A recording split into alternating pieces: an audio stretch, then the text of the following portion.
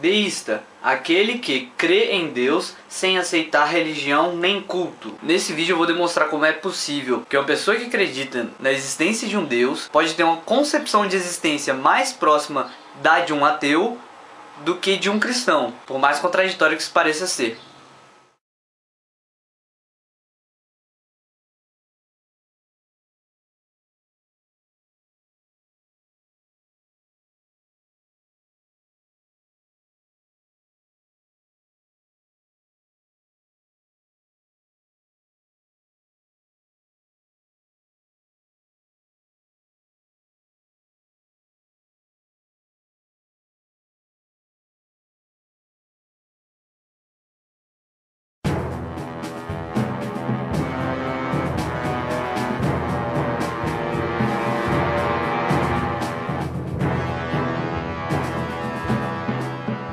Bom, a essa altura do campeonato você já deve estar se perguntando o que é Deus Ex Machina, ou Dei Ex Machina. É uma concepção literária.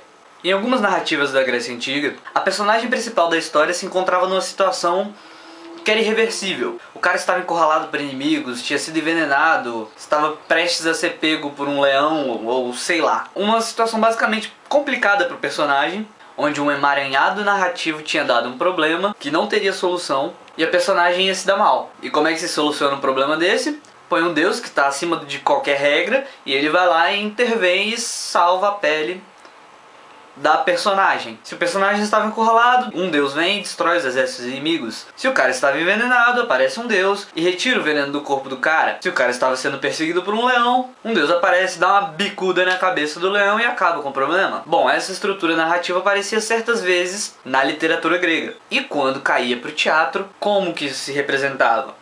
Um ator representando Deus era içado por uma espécie de guindaste. E aí na hora que acontecia o problema, descia esse ator do guindaste como se estivesse descendo dos céus e ele solucionava o problema da personagem no caso. A esse recurso teatral foi dado o nome de, em latim, Deus Ex Machina, ou Deus na máquina.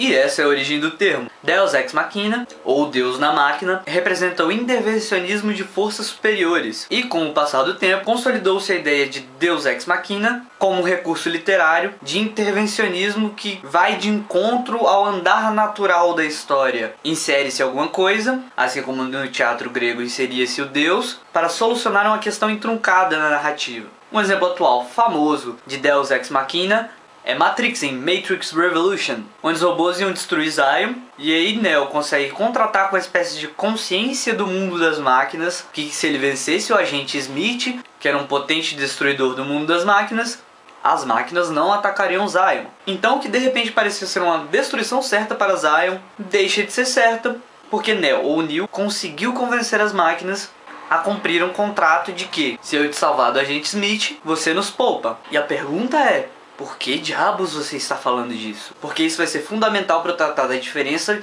de raciocínio de uma espécie de deísta, uma espécie de ateísta ou ateu e uma espécie de cristão. Para você ver que é possível que uma pessoa que acredite na existência de Deus tenha um raciocínio acerca do metafísico muito mais próximo de um ateu do que de um cristão. E para isso eu preciso voltar para a definição de ateísmo. Ateísmo vem com o prefixo de negação a e o termo theos. O ateísta é a negação do teísmo, ou a negação da existência de um Deus. Ponto. Isso é uma definição que chamamos de lato sensu, uma definição em sentido amplo. Nessa definição você consegue encaixar todos os ateus. Só que há várias diferenças entre eles, porque a definição dada foi muito ampla. E duas pessoas, apesar de serem ateus, podem pensar completamente diferente um dos outros acerca da existência de deuses. Ateu é aquele que nega a existência de Deus. A segunda pergunta é: por que ele nega a existência de Deus? Você pode dizer: eu não acredito que existe um Deus porque eu tenho certeza absoluta de que o mundo é apenas o que a gente enxerga materialmente. Isso é um ateu? Sim. Você pode ser um ateu dizendo ainda: eu sou um ateu porque acho muito improvável que exista forças além da matéria. Você ainda é ateu? Sim, mas é diferente do primeiro. Você ainda pode ser ateu, acreditar em mundo espiritual, mas achar que o mundo espiritual é natural e que ele sempre existiu. E sendo assim, não precisa existir uma entidade mantenedora e destruidora do universo. Você é um ateu? Sim, mas você pensa de modo diferente do segundo e completamente diferente do primeiro. E o raciocínio especulativo deste tipo de ateu aqui está mais próximo do raciocínio de um espírita do que do primeiro tipo de ateu que eu acabei de abordar. E eu posso citar vários outros tipos de ateu diferentes, mas o fato é que um ateu, lato sensu em seu sentido amplo, significa apenas: eu acho que deuses não existem. As causas, os motivos e as razões podem distanciar, filosoficamente falando, dois ateus de forma abissal, apesar de ambos serem ateus, porque coincide em suas perspectivas a ideia de que eu acho que deuses não existem. E aí eu vou repetir pela enésima vez a minha razão fundante para ser ateu. Observo eu que não existem provas nem contra nem a favor da existência de deuses. E na ausência de provas, suponho inexistente o fato alegado. Eu particularmente assumo, portanto, que toda a humanidade compartilha de um agnosticismo acerca da existência ou não de um plano metafísico e, sobretudo, de uma entidade criadora suprema de um plano metafísico. Como não me apresentaram nunca um motivo que me tirasse do agnosticismo para dizer me parece provável que existe, eu ajo como se não existisse, porque não faz sentido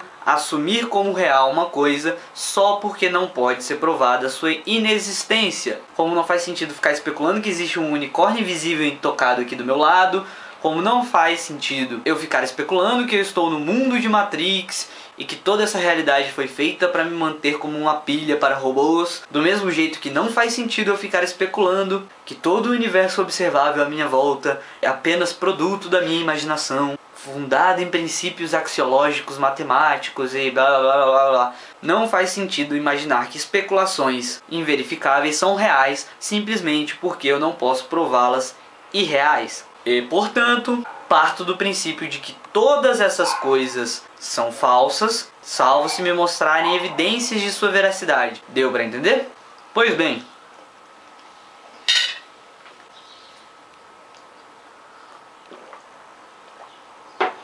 qual é a diferença dessa minha visão para a visão de um deísta? Não pretendo aqui dissecar a realidade da filosofia de todos os deístas do universo, porque isso seria tão impróprio quanto tentar simplificar todas as visões ateístas em apenas um modelo. A visão de um deísta acredita na existência de divindade, porque, diferente de mim, ele não pensa que há agnosticismo, mas ele pensa que há bons indícios para acreditar que existe um Deus, ou uma mente fundante racional, ou qualquer coisa nesse sentido. E em função de sair do meio da linha do agnosticismo e pular para uma leve cognição, um deísta passa a afirmar, volto a dizer, um deísta, não todos. Bom, ele afirma: eu posso até não ter certeza da existência de um Deus, mas é tão mais provável, tão mais provável, tão mais provável que exista um do que não exista um, que é irracional especular sua inexistência. E quais são os dois principais argumentos do deísta? O primeiro, para mim, é uma grande bobagem. Baseia-se basicamente em afirmar que se tem certo conhecimento sobre o mundo material, ao ponto que você pode dizer assim: todas as coisas materiais funcionam de maneira X, logo tudo que for material tem que funcionar de maneira X. E se tudo que existe funciona dessa maneira X, o universo não se sustenta. Então a gente precisa de um Y que funciona diferente, e esse Y é Deus. Essa é a estrutura básica da maioria das pessoas que tentam dizer que a existência do metafísico é uma coisa necessária. E rebater isso é a coisa mais fácil do mundo. Não é porque tudo que você conhece material funciona de maneira X que todas as matérias que existem vão funcionar de maneira X.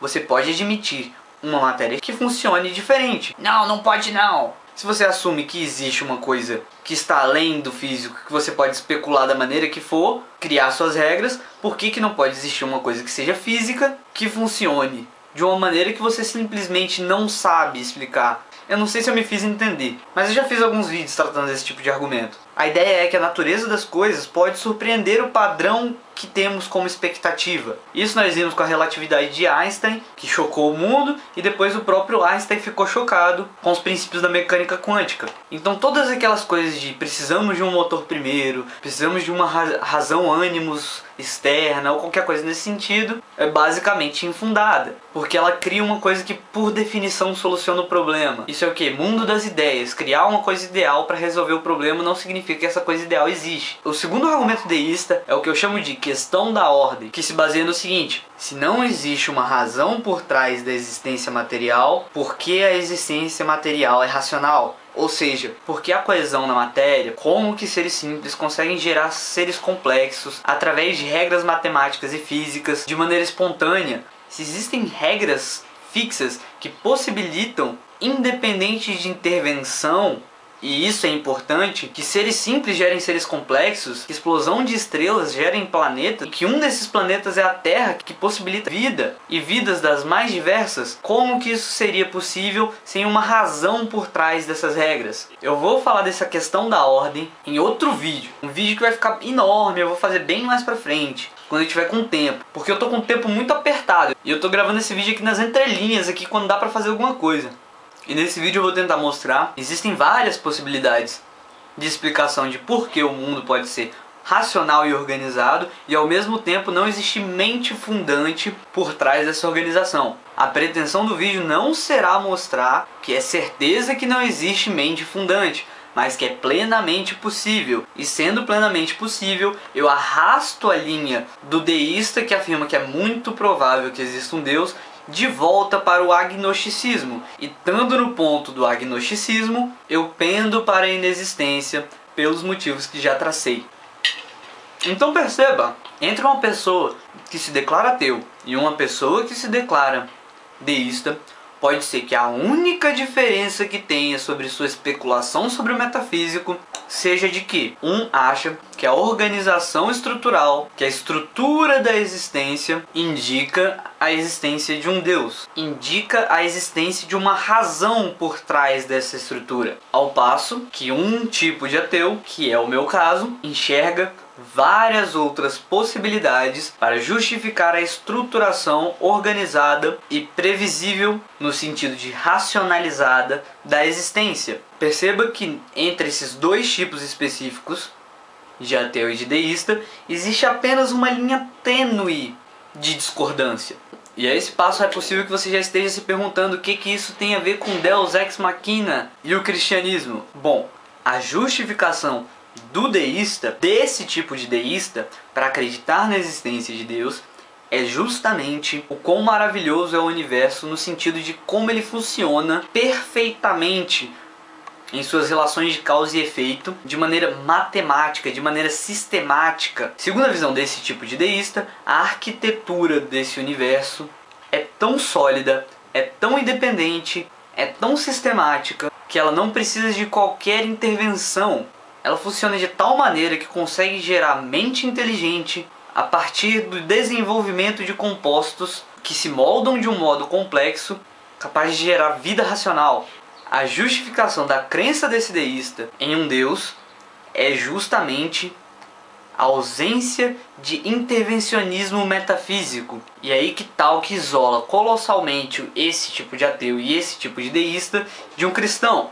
Porque segundo esses dois primeiros, o universo é perfeitamente independente. A única coisa que difere entre os dois é que a conclusão do deísta é que essa perfeição indica a existência de uma divindade, enquanto para esse ateu, não. Já o cristão vê o mundo de uma maneira completamente diferente. Volto a dizer, um tipo específico de cristão. Não estou falando de todos os cristãos do mundo. Antes que você queira começar a me acusar de espantalho, porque eu estou tratando de cristãos que acham que Deus encarnou na Terra para apresentar aos homens como se soluciona os problemas da humanidade em relação à moral. Deus Ex Machina da literatura grega. Talvez você já tenha percebido que o Deus Ex Machina é um intervencionismo do próprio autor do texto.